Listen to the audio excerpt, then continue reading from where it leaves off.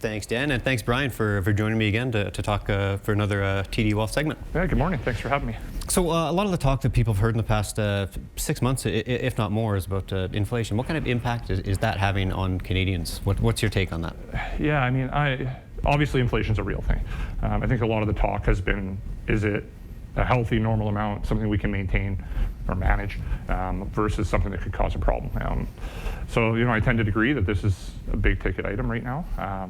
But it's not just, the price of housing and hotels, if you've tried to go on a weekend getaway lately, that have been rising. It's the grocery store, it's those things that you would buy at a pharmacy that have risen pretty significantly, and even the sale prices you don't see like we used to.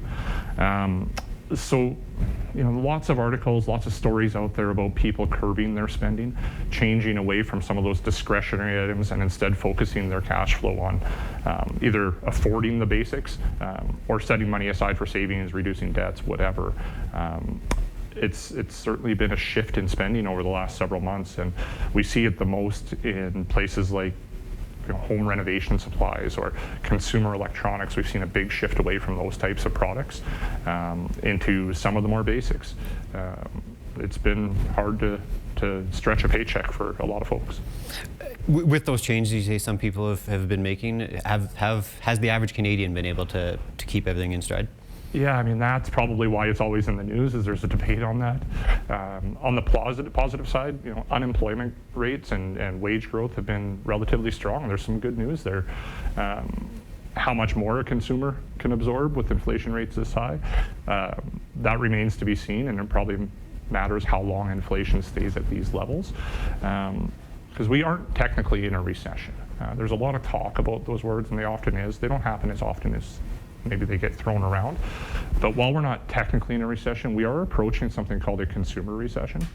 And that's when people, or a significant number of people, start shifting their spending away from the happy-go-lucky vacation, new things for the house, and then more to focus on either the basics or savings because of the pessimistic view on the economy. And we're seeing those types of numbers rise.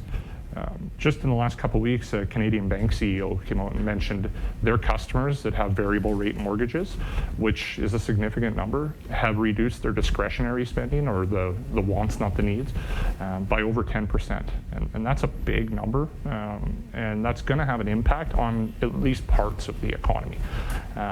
So really, at this point, it remains to be seen if this is something that's short-term and manageable, or if this is something that's a little bit more concerning. But if affordability continues to deteriorate, there always is that risk of a real recession. How can you put a number or a figure on how likely that is, and then give people some ideas of what we should do to prepare? Yeah, I mean, that's probably what people want us to know, right? And everybody wants to know why we sit here and have conversations like this. But that's for economists who get paid to predict those things. Quite frankly, they're probably a coin flip a lot of the times if they're right or not. I mean, the future is always uncertain. But that said, with rates going higher, with prices in the stores higher than they had been, instead of trying to predict the future, it's probably just best to revisit your financial situation, whether it's your cash flow or your retirement plan. Do you have enough emergency savings? If you have debt, for yourself or even for an investment property, what does that mean for the monthly payments? What does it mean for your investment portfolio? It's not always bad news. Every market gives you opportunities to make decisions on how to allocate money. So they're all probably good topics to have with a conversation with your financial planner. See if there's any adjustments that you might want to consider making, either to protect from the rising costs or to take advantage of the situation. Great. Well, thanks again for coming by. It's another lot of things for people to think about, like Perfect. Always. Thanks for having me. Thank you. Good.